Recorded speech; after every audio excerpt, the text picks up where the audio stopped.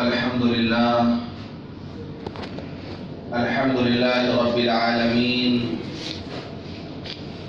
والصلاة والسلام على سيد الأنبياء والمرسلين وخاتم النبيين سيدنا محمد وآله وصحبه أجمعين، ومن تبعهم بإحسان ودعا بدعوتهم إلى يوم الدين.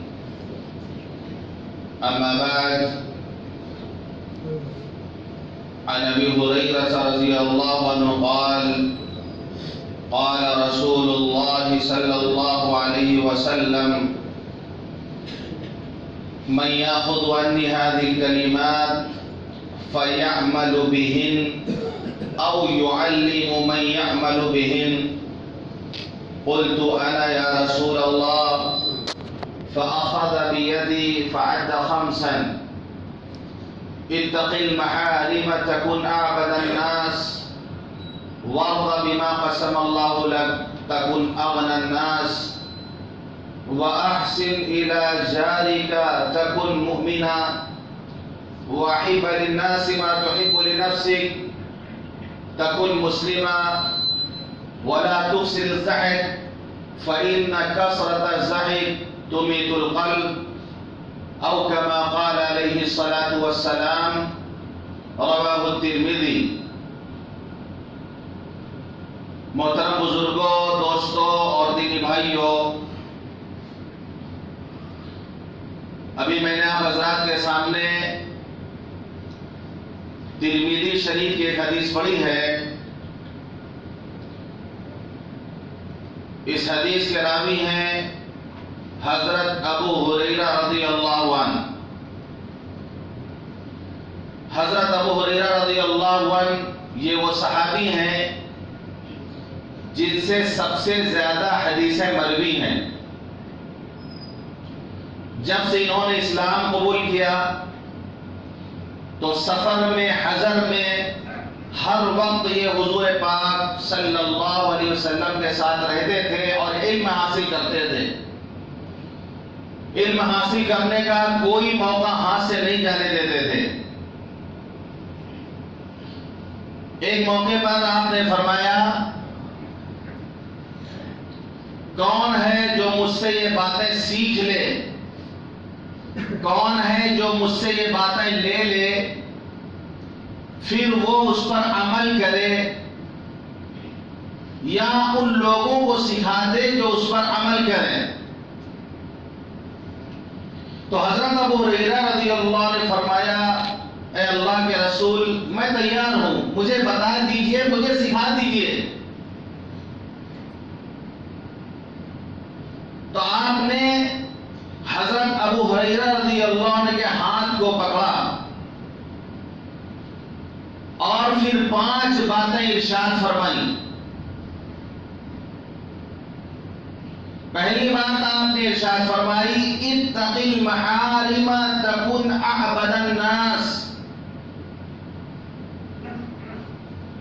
تم حرام سے بچ جاؤ، حرام چیزوں سے بچ جاؤ، سب سے بڑے عبادت گزار بن جاؤ گے. تو شروع میں آپ نے یہ فرمایا کہ کون ہے جو مجھ سے یہ باتیں سیکھ لے، وہ خود عمل کرے یا دوسروں کو سکھا دے جو اس پر عمل کرے. اس سے یہ معلوم ہوتا ہے کہ اگر آدمی کسی بات پر خود عمل نہ کر پاتا ہو، کم از کم وہ دوسروں کو بتائے، دوسروں کو سکھائے، تاکہ دوسرے لوگ اس پر عمل کریں. کیونکہ حدیث پاک میں آتا ہے جس کو کسی بات کا علم ہو، پھر اس کو وہ لوگوں سے چھپائے، لوگوں کو نہ بتائے، علم ہے لوگوں کو نہ بتائے، الجم یوم القیامت بلجام من النار، قیامت کے دن آگ کی لگام اس کے منہ میں ڈالی جائے گی. جان بوجھ کر علم کو چھپا دے، لوگوں کو نہ بتائے، تو کل قیامت کے دن آگ کی لگام اس کے منہ میں ڈالی جائے گی. آپ نے فرمایا بلغوا ایک بات بھی اگر تمہیں معلوم ہے دوسروں تک پہنچا دو. تو اگر کسی کو کوئی بات دین کی معلوم ہے وہ عمل نہیں کر پا رہا تو دوسروں کو بتائے. دوسروں کو بتانے کی برکت سے اس کا بھی اس بات پر اس عمل پر جمنا آسان ہوگا, اس کو کرنا آسان ہوگا. اور یہ جو اعتراض کیا جاتا ہے کہ صاحب خود تو عمل نہیں کرتے, دوسروں کو بتاتے ہیں, دوسروں کو سمجھاتے ہیں, تقریر کرتے ہیں, خود عمل نہیں کرتے, تو یہ اعتراض صحیح نہیں ہے. خود آدمی عمل نہیں کر رہا, کم از کم دوسروں کو بتائے کہ وہ تو عمل کرے اس پر. کیونکہ اللہ فرماتا ہے وَلَا تَحَاضُّونَ عَلَىٰ طَعَامِ الْمِسْكِينِ, کہ یہ آدمی کی غلطی ہے کہ کلّا بلّا تُکْرِمُونَ الْیَتِیمَ, کہ یتیموں کا اکرام نہیں کرتے تھے, یتیموں کا اکرام نہیں کرتے تھے اور یتیموں کو کھانا نہیں کھلاتے تھے. وَلَا تَحَاضُّونَ عَلَىٰ طَعَامِ الْمِسْكِينِ, اور دوسروں کو بھی کھانا کھلانے کی ترغیب نہیں دیا کرتے تھے.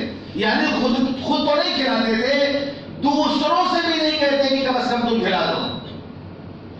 تو اگر کسی بات پر ہم عمل نہیں کر پا رہے ہیں اور وہ بات ہمیں معلوم ہے تو ہم دوسروں تک پہنچائیں, دوسروں تک بتائیں, اس کی برکت سے انشاءاللہ اس پر عمل کرنا ہمارے لیے آسان ہو جائے گا. تو آپ نے فرمایا یہ باتیں کون ہے جو مجھ سے سیکھ لے, پھر وہ خود عمل کرے یا دوسروں کو سکھائے, دوسروں کو بتائے کہ وہ اس پر عمل کر لے.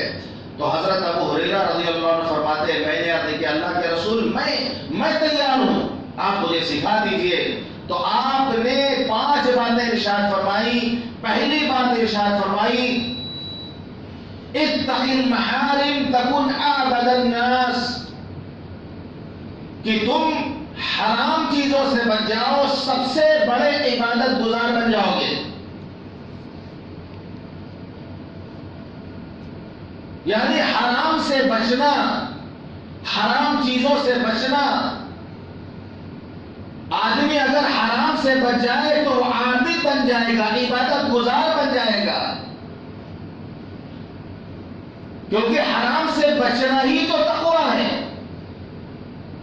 حرام سے بچنا ہی تقویٰ ہے. کہ اللہ فرماتا ہے یا ایھا الذین آمنوا کتب علیکم الصیام کما کتب علی الذین من قبلکم لعلکم تتقون, کہ ایمان والو تم پر روزے فرض کیے گئے جیسا کہ اگلی امتوں پر فرض کیے گئے تھے, لعلکم تتقون, تاکہ تمہارے اندر تقویٰ آ جائے, تمہارے اندر پرہیزگاری آ جائے, تمہارے اندر تقوی کی صفت پیدا ہو جائے.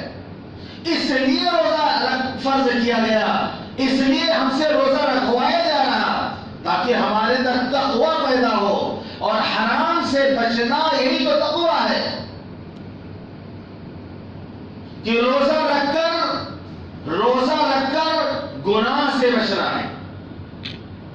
ایک چیز بہت اہم ہے کہ آج عبادت ہو رہی ہے, تلاوت بھی ہو رہی, ذکر و تسبیح بھی, تراویح بھی, تہجد بھی, عبادت جس سے جو ہو سکا وہ کر رہا.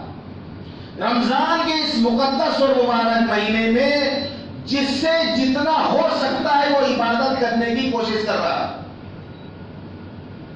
لیکن ایک بات بہت اہم ہے کہ اس مقدس مہینے میں, اس مبارک مہینے میں گناہ سے بچنا ہے. کیونکہ اگر اس مہینے میں ثواب زیادہ ملتا ہے تو گناہ پر پکڑ بھی زیادہ ہے. کہ حرمین شریفین میں اگر وہاں عبادت کا ثواب زیادہ ہے تو وہاں خلاف ورزی کرنے پر, بے ادبی کرنے پر, گناہ کرنے پر پکڑ بھی ویسی ہے. اس لیے صحابہ کرام جب حج عمرے کے لیے جاتے تھے تو زیادہ نہیں رکتے تھے مکے میں, واپس آ جاتے تھے. یہ بہت مقدس جگہ ہے, اگر یہاں رہنے سے کوئی گناہ کہیں نہ ہو جائے ہم سے. تو رمضان المبارک کا مہینہ, اس میں گناہ سے بچنا ہے. بہت تعجب کی بات ہے, بہت تعجب کی بات ہے کہ اس مبارک مہینے میں اللہ کا حکم جان کر انسان حلال چیزوں کو اپنے اوپر حرام کر لیتا ہے. کھانا حلال ہے، پانی حلال ہے، لیکن اللہ کا حکم آ گیا، اللہ کا حکم آ گیا تو آدمی رک جاتا ہے. آدمی رک جاتا ہے کہ اللہ کا حکم ہے کہ صبح سے لے کر شام تک ہمیں کھانا پینا نہیں ہے، اپنی خواہشات نہیں پوری کرنا. تو اللہ نے حکم دیا، ہم نے اس کو مان لیا. اور اس انداز سے بھی ماننا، اس ماننے میں بھی اس انداز سے ماننا ہے کہ جب اللہ نے کہا نہ کھاؤ تو اب نہ کھانے میں ثواب ملے گا، اور جب اللہ نے کہا کھاؤ اس وقت اگر کوئی نہیں کھائے گا تو گنہگار ہوگا، اس وقت کھانے میں ثواب ملے گا. اسی لیے حدیث پاک میں آتا ہے کہ افطار میں جلدی کرو، افطار میں جلدی کرو. آپ نے فرمایا کہ میری امت اچھی حالت میں رہے گی جب تک وہ افطار میں جلدی کرے گی، اور بعض روایت میں ہے کہ سحری میں تاخیر کرے گی. یعنی سحری دیر سے کھاؤ، افطار جلدی کرو. مثال کے طور پر ایک آدمی ہے کہ 12 بجے سحری کھا کے سو جاتا ہے. وہ کھا تو سکتا ہے لیکن یہ سنت نہیں ہے، یہ سنت مستحب نہیں ہے کہ ہم 1 بجے رات میں سحری کھا لیں کہ جو ہے 3 بجے 3:30 بجے ہماری آنکھ نہیں کھلے گی. وہ جو اس وقت کھاتا ہے، بہت باریک نقطہ ہے یہاں پر کہ اللہ نے ابھی منع نہیں کیا کہ نہ کھاؤ، ابھی اجازت ہے کھانے کی تو آخر تک تمہیں کھانا ہے. جب ہم کہتے ہیں کہ اب ٹائم ختم ہو گیا ہے، سحری کا وقت ختم ہو گیا، اب تمہیں رکنا ہے. یہ تم نے جو 12 بجے سحری کھا لیا، ابھی تو 3:30 بجے تمہارے پاس ٹائم ہے. بہت باریک نقطہ ہے یہاں پر کہ ابھی ہم نے منع نہیں کیا، ابھی حکم نہیں آیا، ابھی روکا نہیں گیا، تو ابھی کھانے کی اجازت ہے. تو جو لوگ 1 بجے سحری کھا لیتے ہیں، 1:30 بجے سحری کھا لیتے ہیں، یہ سنت کے خلاف ہے. سنت یہ ہے کہ سحری میں تاخیر کی جائے، آخر وقت میں سحری کھائی جائے، آخر وقت میں سحری کھائی جائے. ہاں اب ختم ہونے والا وقت، اب جب اللہ کا حکم آ گیا کہ نہیں وقت ختم ہو گیا ہے، اب ہمیں وہاں پہ رک جانا ہے. ہم پہلے سے کیوں رک جائیں گے؟ اسی طریقے سے جب روزہ افطار کا وقت ہو جائے، اب وقت ہو جائے، ٹائم ہو جائے تو افطار کر لینا چاہیے. ہم نے منع کیا تھا سارا دن، اب حکم آ رہا ہمارا اب کھاؤ. اب اگر کوئی تاخیر کرتا ہے تو گنہگار ہوگا. جیسے شیعہ لوگ بہت دیر میں نماز مغرب کے پڑھ جائیں تو اس کے بعد افطار کرتے ہیں. ہمیں حکم ہے یہ کہ افطار میں جلدی کرنا ہے. اب اتنی جلدی بھی نہیں کہ ابھی ٹائم نہیں ہوا پہلے کھا لیں، ہمیں اتنی جلدی نہ ہونا چاہیے. جلدی کا مطلب وقت ہو جائے اور اس کے بعد جو ہے پھر افطار میں تاخیر نہیں ہونی چاہیے. یہ مزاج بتایا جا رہا کہ ہم جب کہیں کھاؤ تو کھاؤ گے تو ثواب ملے گا، اور جب ہم کہیں رک جاؤ نہ کھاؤ اس وقت رک جانے میں ہمیں ثواب ملے. تو اللہ نے حکم دے دیا نہیں کھانا ہے سارا دن. آدمی روزہ رکھ کر نہیں کھاتا پیتا. لیکن میں ایک بات بتاؤں، بہت افسوس کی بات یہ ہے کہ ماحول ہمارے معاشرے کا روز بروز بگڑتا جاتا ہے. اچھے خاصے لوگ نوجوان صرف کاروبار کے لیے روزہ نہیں رکھتے، صرف کاروبار کے لیے روزہ نہیں رکھتے ہیں. دکان کھولنا ہے، دکان میں محنت کرنا ہے، کام پہ جانا ہے، وہاں گرمی لگے گی، روزہ نہیں رکھتے. بہت آسانی کے ساتھ روزے کو چھوڑ دیا جاتا ہے، روزے کو قربان کر دیا جاتا ہے. یہ ایک ماحول بنتا جا رہا ہے. پہلے ہمت نہیں کرتا تھا کوئی کہ رمضان کا مہینہ ہے تو وہ روزہ چھوڑ دے. ابھی فیشن بنتا جا رہا ہے، مزاج بنتا جا رہا کہ ہمیں دکان پہ جانا ہے، ہمیں کام پہ جانا ہے. بہت سے ایسے چندہ کرنے والے ہیں جو چندہ کے لیے دوڑتے روزہ نہیں رکھتے. وہ کتنی عورتیں ایسی ہیں جو عید کی شاپنگ کرنے جاتی ہیں، روزہ نہیں رکھتی. وہ ایک لمحہ قیمتی ہے رمضان کا. یہاں تک کہ حضور پاک صلی اللہ علیہ وسلم نے فرمایا اگر کوئی بلا عذر جان بوجھ کر رمضان کا ایک روزہ چھوڑ دے، اگر اس کے بدلے میں پوری زندگی روزہ رکھتا رہے تو ایک روزے کے برابر نہیں ہو سکتا. یہ رمضان مبارک کا مہینہ کہ پوری زندگی روزہ رکھتا رہے وہ، لیکن رمضان کے ایک روزے کے برابر نہیں ہو سکتا. شرعی قانون تو یہ کہ اگر کسی وجہ سے روزہ چھوٹ گیا ہے، کوئی عذر تھا، تو ایک کی قضا ایک ہی ہے. لیکن رمضان کی جو برکات ہیں، رمضان میں اللہ کی جو رحمتیں برستی ہیں، یہ پھر پورے سال ہو بلکہ پوری زندگی روزہ رکھے گا تو رمضان کی برکتیں کہاں سے لائے گا؟ تو کم از کم جو لوگ روزہ نہیں رکھتے ہیں ان کو شرم آنی چاہیے کہ چھوٹے چھوٹے بچے روزہ رکھ رہے ہیں. اور روزے کا مزہ حقیقت یہ ہے، روزے کا مزہ اسی وقت ہے جب تکلیف تھوڑا سا ہو لگے کہ ہم روزہ ہیں، ہاں پیٹ بھرا ہے، نہ پیاس لگ رہی ہے، پیٹ بھرا ہوا ہے، پتہ نہیں چل رہا روزہ ہے کہ نہیں روزہ.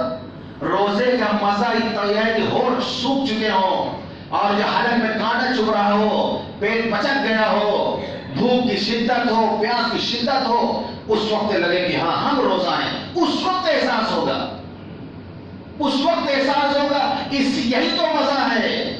پھر جب اس کے بعد وہ افطار کے وقت شربت کا گھونٹ پیے گا، میں قسم کھا کے کہتا ہوں دنیا کے کسی کھانے میں وہ لذت نہیں ہے، دنیا کے کسی کھانے میں وہ لذت نہیں ہے جو افطار کے وقت ایک روزے دار جب پہلا گھونٹ شربت کا پیتا ہے اور کھجور کھاتا ہے یا کوئی چیز کھاتا ہے، جو لذت اس کو اس کھانے میں ملتی ہے دنیا کے کسی ڈش میں وہ لذت نہیں ہے.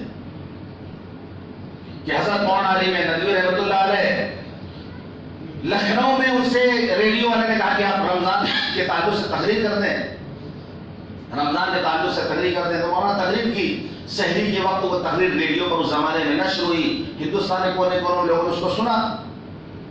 ایک سکھ تھا وہ بھی روزہ رکھتا تھا، ایک سکھ تھا وہ بھی روزہ رکھتا تھا، مسلم نہیں تھا لیکن روزہ رکھتا تھا. وہ اس نے بھی تقریر سنا مولانا. تب مولانا اپنے رمضان کے بیان میں واقعہ سنایا کرتے تھے. حضرت مولانا اپنے بیان میں اس واقعے کو سنایا کرتے تھے. کسی کو روزہ رکھتا تھا، اس نے ہماری تقریر سنی تو اس نے خط لکھا ہمارے پاس. اس نے خط لکھا کہ مولانا آپ نے تقریر کی، میں نے سنی، بہت اچھی تقریر تھی، لیکن ایک بات آپ نے نہیں بتائی، وہ رہ گئی، آپ بھول گئے، اس کو آپ نے نہیں بتایا. وہ بات یہ ہے کہ روزہ رکھنے کے بعد، دن بھر بھوکا پیاسا رہنے کے بعد جب افطار کرتے ہیں جو مزہ ملتا ہے اس وقت، وہ مزہ تو آپ نے لوگوں کو بتایا ہی نہیں. ہم روزہ اس لیے رکھتے ہیں، اس نے کہا اس مزے کو حاصل کرنے کے لیے ہم روزہ رکھتے ہیں. ظاہر وہ مسلمان نہیں تھا کہ اللہ کے لیے رکھتا، وہ اس کو وہ ٹیسٹ لینے کے لیے کہ دن بھر جس کو سوکھ گیا ہے پیاس سے، پیاس شدت کی لگی ہوئی ہے، جو پہلا گھونٹ جو ٹھنڈا ٹھنڈا حالانکہ کے شربت کو اترتا ہے تو اس کا کہنا ہے کہ اتنا مزہ آتا ہے کہ کسی چیز میں اتنا مزہ نہیں آتا. اس مزے کو حاصل کرنے کے لیے میں روزہ رکھتا ہوں. اب کسی مسلمان سے تو توقع نہیں کی جا سکتی کہ وہ مزے کے لیے روزہ رکھے گا. ہمیں روزہ اللہ کے لیے رکھنا ہے. لیکن اس نے مولانا خط لکھے گا کہ مولانا یہ بات آپ نے نہیں بتائی. تو حقیقت یہ ہے، اسی لیے حدیث میں فرمایا گیا للصائمین فرحتان، روزے دار کے لیے دو خوشیاں ہیں.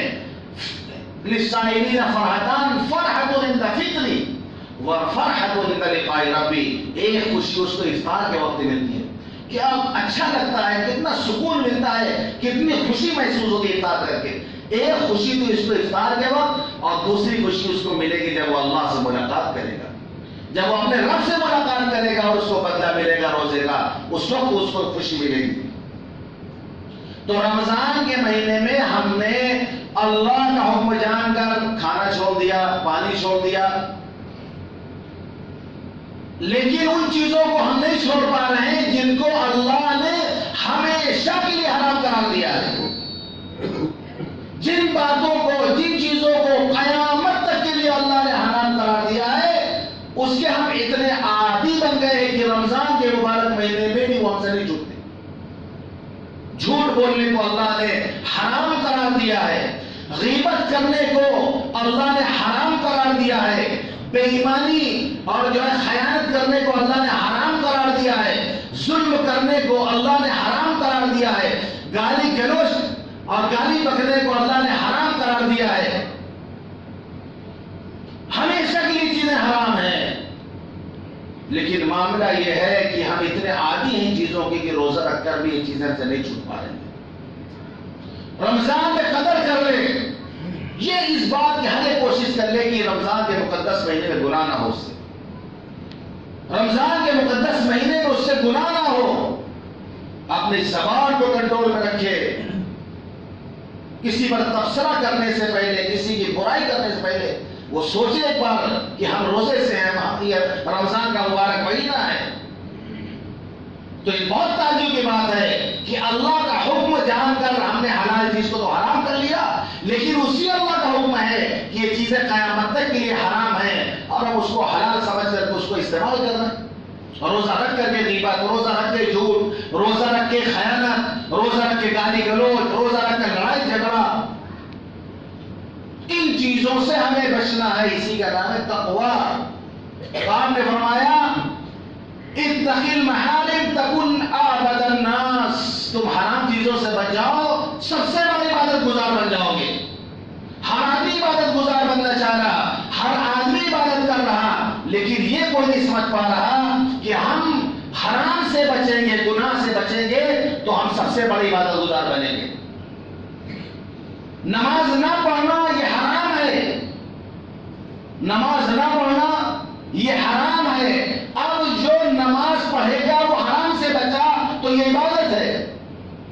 روزہ نہ رکھنا یہ حرام ہے، جو روزہ رکھا وہ حرام سے بچ گیا، یہ عبادت ہے۔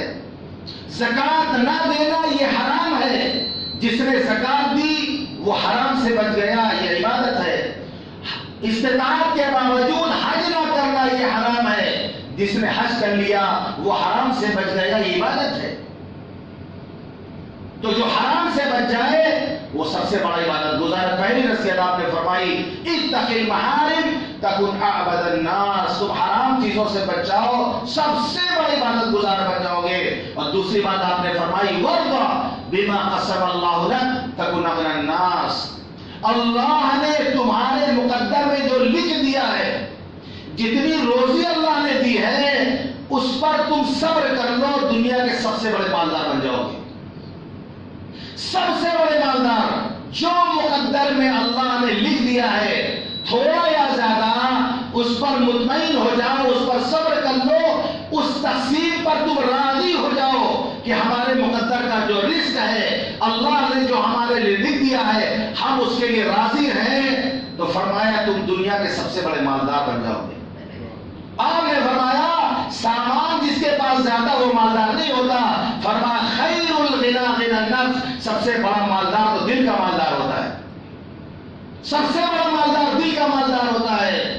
جائیے کس واسطے اے درد میں خانے کے بیچ، جائیے کس واسطے اے درد میں خانے کے بیچ، کچھ عجب مستی ہے اپنے دل کے پیمانے کے بیچ۔ جو اللہ والے ہوتے ہیں مست رہتے ہیں، مالدار ہے، دل کے اندر غنا ہے، دل کے اندر غنا ہے، کسی کے محتاج نہیں، اللہ سے مانگتے ہیں، اللہ جو دیتا اس پر راضی اور خوش ہیں، کسی سے امید نہیں لگاتے، لالچ نہیں کرتے اور زیادہ مل جائے اور زیادہ مل جائے، بس راضی ہے اس بات پر، تو سب سے بڑے جو ہے مالدار ہیں وہ لوگ۔ ایک واقعہ میں نے پڑھا ایک بزرگ سے، ایک بادشاہ دونوں حج کرنے گئے تھے، بادشاہ نے حرم میں طواف کے درمیان ان بزرگ سے کہا میں بادشاہ ہوں، آپ مجھ سے کچھ مانگ لیجیے، آپ مجھ سے کچھ مانگے میں آپ کو دوں۔ تو انہوں نے عرض کیا کہ کعبے میں مطاف میں کعبے کے سامنے اللہ کے سوا کسی اور سے مانگے ہو ہی نہیں سکتا، کسی اور سے مانگے یہ تو ہو ہی نہیں سکتا۔ جب باہر نکل آئے پھر پکڑا انہوں نے، بہت سے مالدار ایسے ہوتے ہیں وہ علماء کو دینا چاہتے ہیں، بزرگوں کو دینا چاہتے ہیں، لیکن پہلے کے جو ہے بے نیاز ہوا کرتے تھے، نہیں لیا کرتے تھے۔ ابھی تو ہمارا لوگ جانماز اٹھا کے سجاؤ نیچے سے، جانماز سرکار دے اسی میں ڈالے رہو نیچے سے مال، پہلے احتیاط کرتے تھے۔ باہر نکل آئے، بادشاہ نے کہا تو حرم سے باہر آ گئے، اب مانگ لو۔ کہنے لگے کہ آخرت کے بارے میں مانگنا ہے، میری آخرت سوال دو، آخرت میں میری پکڑ نہ ہو، مجھے جنت مل جائے، کر دو میرا آخرت دینا۔ اس نے کہا کہ میں بادشاہ ہوں دنیا کا، دنیا مانگو گے تو یہ دیں گے، آخرت میں تو ہمارا زور نہیں چلے گا، آخرت میں ہمارا ہم دنیا کے بادشاہ ہیں، دنیا مانگو. تو بزرگوں نے فرمایا دنیا تو میں نے اس سے بھی نہیں مانگا جس نے اس دنیا کو بنایا ہے. ارے دنیا تو ہم نے اللہ سے آج تک نہیں مانگا اور تم پھر ہم سے دنیا مانگو. کتنے مالدار رہے ہوں گے، کتنے بے نیاز، جو جتنا بے نیاز ہوگا اتنا بڑا مالدار ہوگا. ملک شام میں ایک بزرگ تھے، وہ درس دے رہے تھے حدیث کا، طلبہ میں حدیث پڑھ رہے ہیں، ان کے پیر میں تکلیف تھی، وہ پیر پھیلا کے حدیث پڑھا رہے تھے. اس وقت کا جو شہزادہ تھا، وہاں کا حاکم جو تھا، حاکم وہ گزرا وہاں سے، بہت ظالم تھا وہ حاکم. غالباً بزرگ نام تھا ابو سعید حلبی رحمۃ اللہ علیہ. وہ حاکم گزرا، یہ پیر پھیلا کے بیٹھے ہوئے تھے. انہوں نے حاکم کو دیکھ کر پیر کو نہیں سمیٹا اور پیر کو نہیں موڑا، بلکہ تکلیف کی وجہ سے پھیلائے نہیں تھے. شاگردوں کا بیان یہ ہے کہ ہمیں یہ خوف ہوا کہ اب گردن اڑ جائے گی، کیونکہ بہت ظالم تھا وہ، کہ حضرت نے اس کو دیکھ کھڑے نہیں ہوئے. وہ تو بہت دور کے بعد پیر تک نہیں سمیٹا آپ نے، اب یہ گردن اڑا دے گا آپ کی. ہم لوگ گھبرا گئے کہ کہیں حضرت کے خون کا چیٹا ہم لوگ کبو کرنا پڑ جائے. لیکن اللہ والوں کے اندر ایک بات ہوتی ہے، ان کے اندر ایک روب ہوتا ہے، ایک جلال ہوتا ہے. جب اس کی نظر پڑی حضرت کے چہرے پر، وہ متاثر ہوا، جو بھی ہوا، وہاں سے واپس چلا گیا اور واپس جا کر کے اشرفیوں کا ایک تھیلی، اشرفیوں کی تھیلی اس نے حضرت کی خدمت میں بھیجا. خادم سے خادم لے کے آیا حضرت کے پاس کہ حضرت حاکم نے یہ ہدیہ آپ کو بھیجا، اسے قبول فرما لیں. تو شاہ ابو سعید حلبی رحمۃ اللہ نے جو جملہ اس وقت فرمایا، سونے کے پانی سے لکھے جانے کے لائق جملہ ہے کہ ان الذی یمد رجلہ لا یمد یدہ، جو پیر پھیلاتا ہے وہ ہاتھ نہیں پھیلاتا. جو پیر پھیلاتا ہے وہ ہاتھ نہیں پھیلاتا. یا تو پیر پھیلا لے یا تو ہاتھ پھیلا لے. ظاہر سی بات، ہاتھ پھیلائے گا، اس سے اس سے لے گا تو اس کے اندر جرأت ہی نہیں پیدا ہوگی میں پھیلانے کی.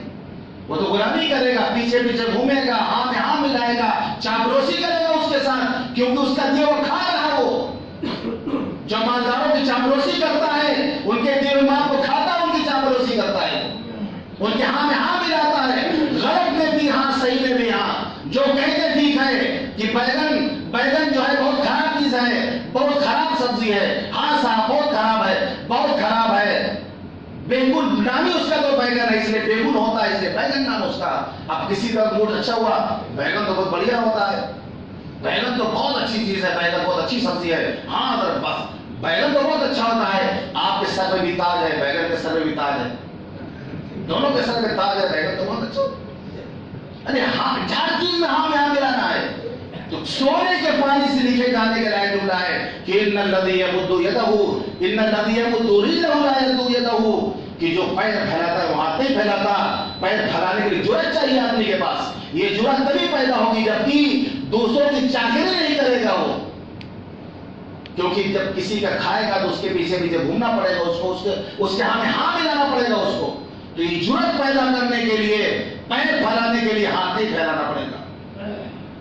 تو یہ لوگ تھے دل کے مالدار، یہ لوگ تھے دل کے غنی. تو آپ نے فرمایا جو اللہ نے مقدر میں لکھ دیا ہے، جو تقسیم کر دیا ہے، اس پر راضی ہو جاؤ، اس کو کافی سمجھ لو، اس پر خوش ہو جاؤ. دنیا کے سب سے بڑے مالدار ہو جاؤ گے، کیونکہ سب سے بڑی مالداری دل کی مالداری ہے. آدمی مست و مگن ہے کہ ہم سے بڑا مالدار کون ہے؟ سب سے بڑے مالدار ہم ہیں، اللہ جو دے گا اسی کو لیں گے ہم. اندھے خوابوں کو اصولوں کا ترازو دے دے، میرے مالک مجھے جذبات پہ قابو دے دے. اندھے خوابوں کو اصولوں کا ترازو دے دے، میرے مالک مجھے جذبات پہ قابو دے دے. میں سمندر بھی کسی غیر کے ہاتھوں سے نہ لوں، میں سمندر بھی کسی غیر کے ہاتھوں سے نہ لوں، اور ایک قطرہ بھی سمندر ہے گا تو دے دے. یعنی اللہ جو دے رہا ہے، ایک قطرہ بھی ہمارے لیے سمندر ہے، اور غیر اللہ سمندر دے رہے تو ہم نہیں لیں گے اس کو. یہ بے نیازی، یہ استغنا کی صفت پیدا کرنے کی ضرورت ہے، اور جس کے اندر یہ صفت پیدا ہو جائے گی وہ سب سے بڑا مالدار ہو جائے گا. یہ دو باتیں اور باقی باتیں رہیں گی انشاءاللہ بعد میں آپ دی جائے گی. اللہ تعالی ہم سب کو کہنے اور سننے زیادہ عمل کرنے کی توفیق عطا فرمائے.